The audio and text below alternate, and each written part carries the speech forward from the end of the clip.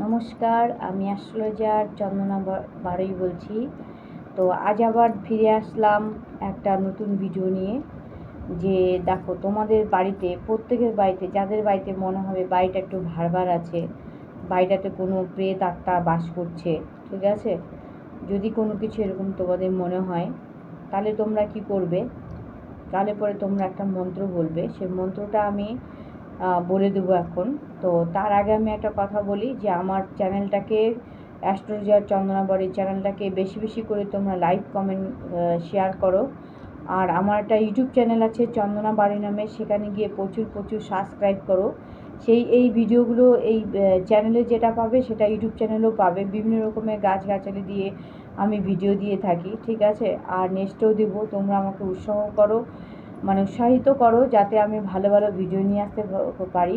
আর প্রতিদিন এই সময় করে একটা করে তোমরা মানে যে কোনো কিছু জ্ঞান বা যে কোনো কিছুর ব্যাপারে তোমরা একটা করে ভিডিও পেয়ে যাবে। ধীরে ধীরে বাড়াবো, এখন তো আমার পেজটা নতুন, তাই আমি একটা করে দিচ্ছি। তো মন্ত্রটা যেটা হচ্ছে তোমরা করবে, যে তোমাদের যখন মনে হবে যে এই জায়গাটার মধ্যে ভূত প্রেত আত্মা কিছু একটা আছে, বা কারো যদি কোনো প্রবলেম হয়, সেরকম কোনো সিম্প্যাথিক যদি তোমরা দেখতে পাও, তাহলে পরে এই মন্ত্রটা তোমরা 108 বার বলবে।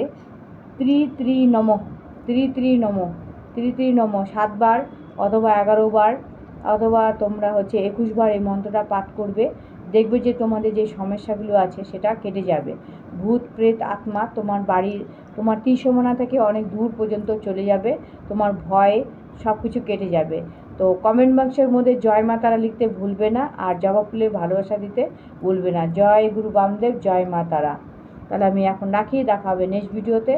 আবার ভালো ভালো ভিডিও নিয়ে আসবো, তোমরা আমাকে সহযোগিতা করো।